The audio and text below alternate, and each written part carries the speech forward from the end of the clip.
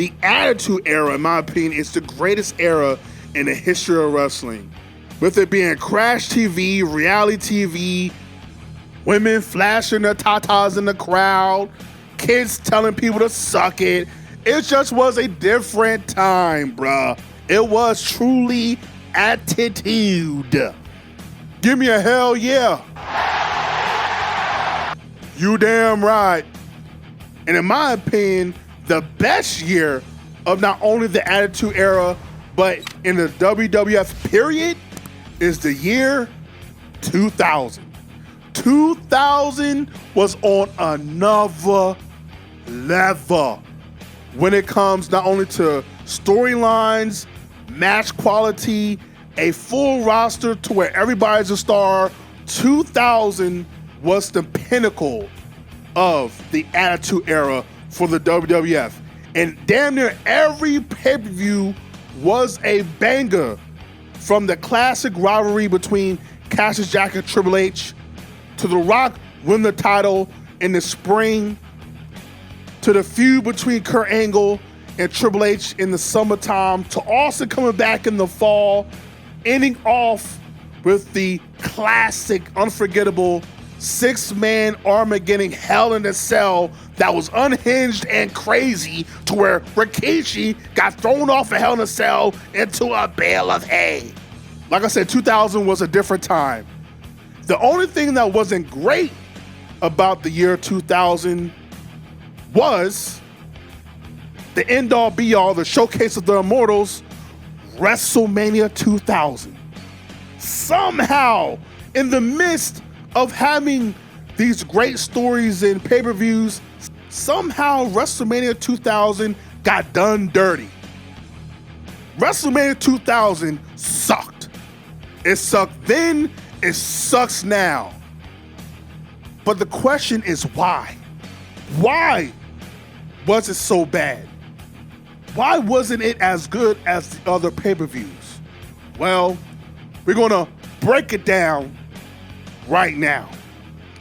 One of the main reasons why WrestleMania sucked is because outside of one match, there was not one singles match on the pay-per-view, meaning every match was a multi-man match, whether it was a tag match, fatal four-way, triple threat. There was not one singles match on the show outside of Terry Reynolds versus the Cat.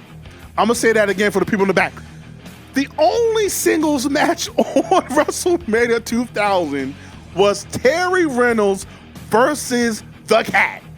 Yes, both women who are known for their great in-ring abilities.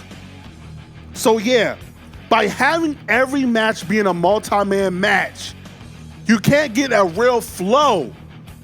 You can't get a real flow for the bad guy, the good guy. It's hard to get into a match when every match is damn near the same. And the reason why you have so many multi-man matches is because the roster by this time was inflated. In the beginning of 2000, the WWE has brought in talents from other promotions, like ECW, like WCW. We had guys like Jericho come in the summer of '99. Then at the Royal Rumble of that year in 2000, you had Taz make his debut, choking out Kurt Angle. Kurt Angle, who was a new guy, making his way on the scene. Then you had the Radicals following Royal Rumble, coming from WCW with Perry Saturn, Dean Malenko, Eddie Guerrero, Chris Benoit. Great in-ring workers making their way onto the roster. But you know what happened? Vince had no confidence. He had a vote of no confidence in his new roster, in his new talent that he just signed. And you know how I know that? Because after Taz's debut of choking out Kurt Angle, Taz did nothing. Taz did absolutely nothing and went into the abyss of obscurity, to where at WrestleMania, he was in a multi-man hardcore title match. Never felt to feel special again, important again, and by the summertime, he's doing a feud with Jerry Lawler. No confidence in Taz. Chris Jericho, who was starting to make his way up at the top of the card. And actually, he was supposed to be in the main event of this card, yeah. But he had no confidence in Jericho. So he brought him from the top of the card, so he gets brought back down to the mid card to go on to fight for the IC and European titles. So does Chris Benoit, who comes in to be supposed to be this world beater, but then loses to Triple H in a matter of weeks in his debut in the company. So does Eddie Guerrero, Dean Malenko, Perry Saturn, all made to look like mid-carders and not main eventers. So yeah, Vince had no confidence at all in the new talent, and he didn't know how to utilize them. Vince in WWE not only did not have confidence in the new guys that came, he didn't even have confidence in his main eventers. You wanna know why? Bret Hart, who was the face of the company, went on to sign with WCW and go away. Shawn Michaels, shortly after that, would injure his back and be retired. The Undertaker, who's always been the cornerstone and the phenom of the WF, gone with injury. Mick Foley, basically retired. Stone Cold Steve Austin, gone with injury. The only guy he had that he knew was a main eventer that was a superstar is The Rock. He didn't even have confidence in Triple H as being a draw as a champion, because if he did, there would have been a need to cloud the main event of WrestleMania with the McMahon in every corner. But the reason why he put a McMahon in every corner is because in the WWE's management and Vince's mind, the McMahons were the biggest stars. There's a reason why every major storyline had to revolve around a McMahon, whether it was Shane McMahon, Stephanie McMahon, and most importantly, Vince McMahon. Every goddamn story they did that was a major top-tier main event storyline always had to end up being about a McMahon.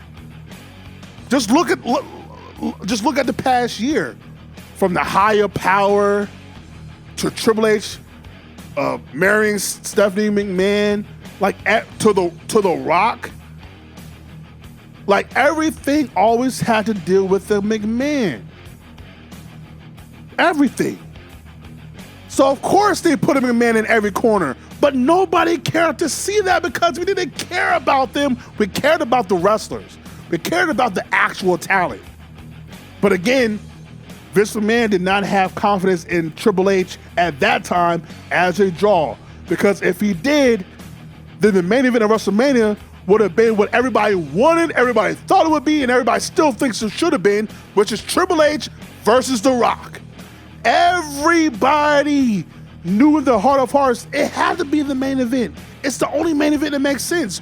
You're talking about a damn near 2 years in the making storyline of The Rock versus Triple H.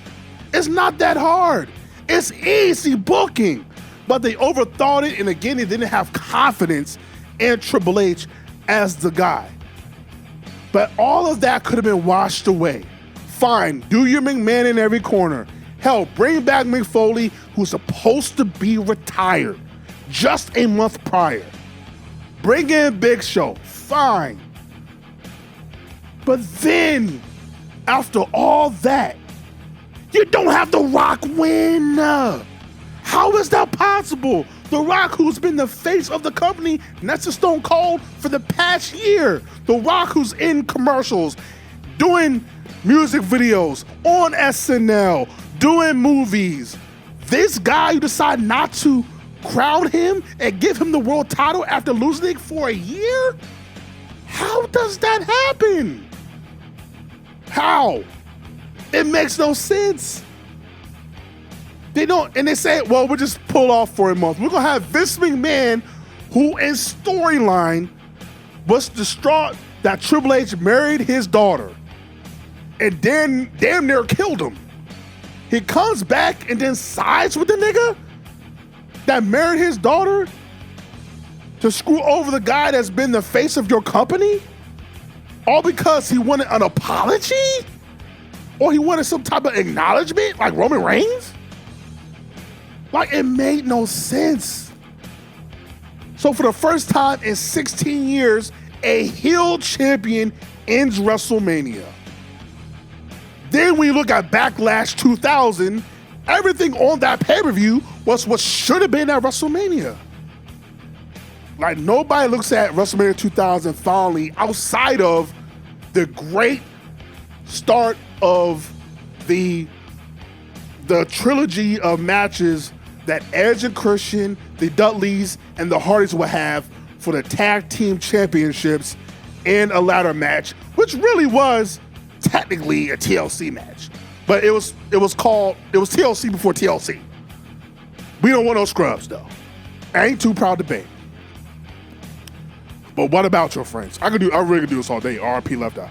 But anyway, like outside of the tag team triangle ladder match, nobody looks at WrestleMania 2000 fondly with adulation, with any type of appreciation, because they did everything wrong. WrestleMania 2000 is not only the worst WrestleMania of the Attitude Era, but one of the worst WrestleManias of all time. WrestleMania 2000 truly sucked.